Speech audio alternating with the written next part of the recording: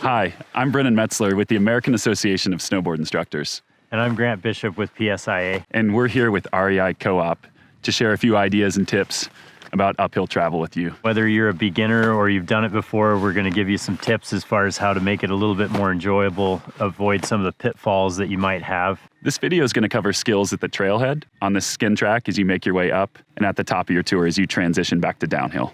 Okay, let's get started.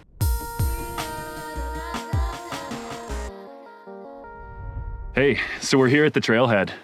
We're ready to go for a tour. Our first tip for you is learning how to put your skins on right. There's also a video on how split boards work. Please go check that out if you're a split boarder. On a split board, skins do go on a specific side of the board. It's important that you match them up so that the shape of the skin matches the shape of the specific side of the snowboard. When attaching a skin, you're gonna start from the tip of the snowboard and work your way to the tail. We're gonna pull the skin out from the tip all the way towards the tail, slowly fastening the skin, pasting the skin against the base, even between the two edges. I'm gonna try to leave a little bit of each edge showing in case we encounter some side hill. I'll have some nice traction on the way up the skin track. I'm gonna work my way down the ski, making sure there's no wrinkles or little air pockets beneath the skin, keeping it right in the middle of that ski. A single push down the base and that skin is stuck to the bottom of the gear. There's one additional step to take before we start skinning, and that's fastening the tail clip. And the tail clip is important because it keeps snow from getting underneath this part of the skin and slowly over the tour peeling it back.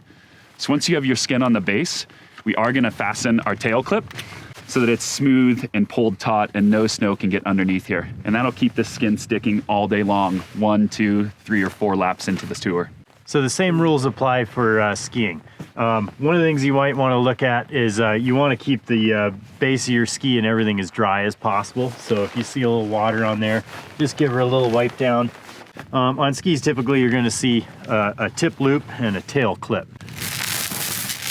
You're going to start with the tip loop. Make sure you pull this nice and taut.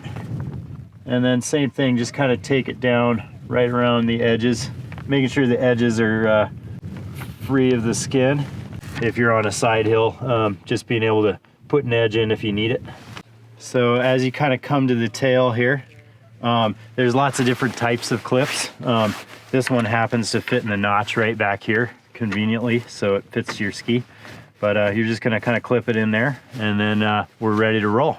Okay, so hopefully you're nice and toasty and warm when you're putting your skins on, but now we're about to go uphill. So when you go uphill, it's gonna be a lot of work, and you're gonna get really hot. So it's better to go ahead and start off cold and take off that nice puffy, put it in your vest. I'm gonna put mine in my backpack. So one of the things that's gonna be more comfortable and efficient on the trail is being able to move your ankle. And if you're in a touring boot, pretty much all of them come with a walk mode. That's this lever right here. And it just allows your ankle to move more freely, and it's way more comfortable and efficient on the trail. So before you go, lift up into walk mode, and then you're set for the trail. So when we're out on the skin track, we want to be as efficient as possible. And one of the ways that we can be very efficient is by keeping the ski in contact with the snow. As soon as you start lifting up feet, this ski weighs a lot, this binding weighs a lot, and so does your foot. And over the course of the day, that's going to easily double the amount of effort that you put into your skinning. Yeah, absolutely. And getting good traction on the skin track is key for having a nice, easy, fun tour. So one idea to help you kind of maximize that traction is as you take that stride forward, go ahead and push down on that heel.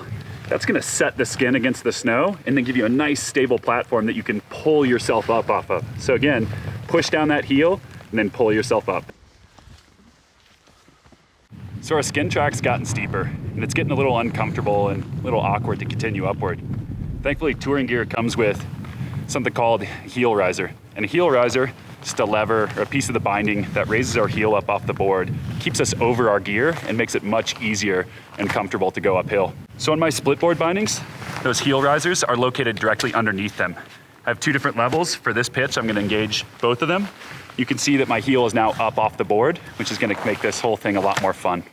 Yeah, and for skis, just standing here right now, this pitch, it's kind of not ergonomical the way I'm standing. So if I want to put up the riser, it just makes it a little easier.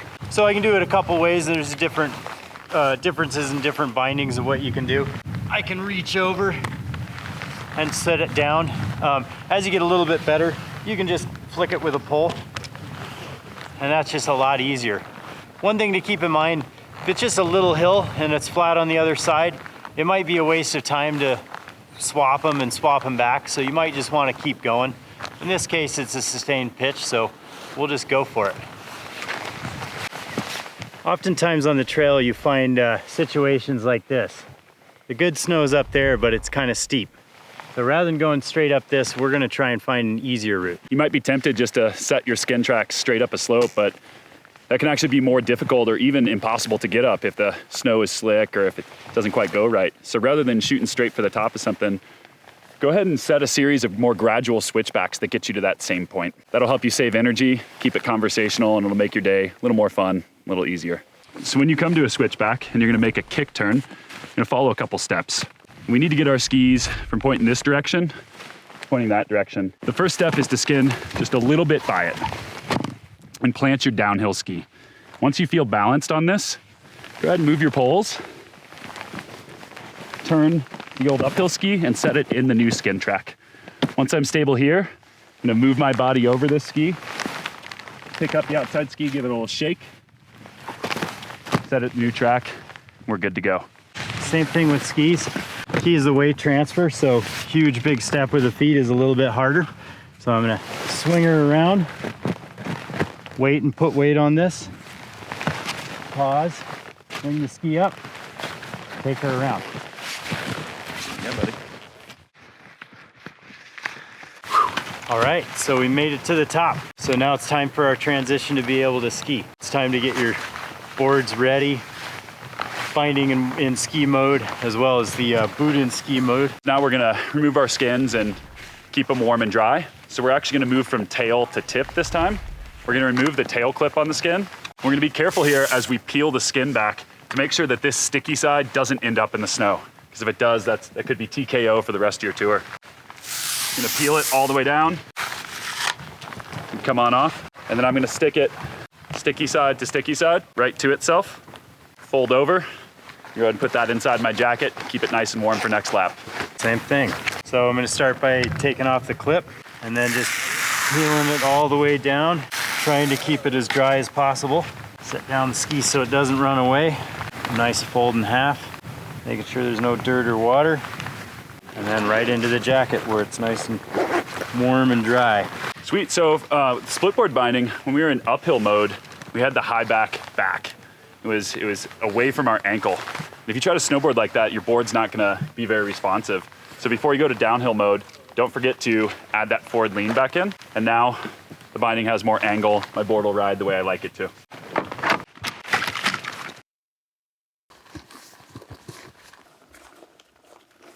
Okay, we're suited and booted, we're ready to go. One thing before we go is we wanna kind of look around us and make sure that we're following proper etiquette. So some of that might include not messing up skin tracks, whether it's boot packing, skiing over them, things like that. And a great place to learn how to travel uphill is in ski resorts. So if you are happening to be interested to go up a ski resort, check in with Patrol, check in with their website to check their uphill access policy. Some resorts have designated routes. They like to know where you are so that their grooming, their patrol, their snowmaking can function safely and you can have a great experience as well. Well, shoot, man. Should we go have some fun? Okay, let's do it. Phew.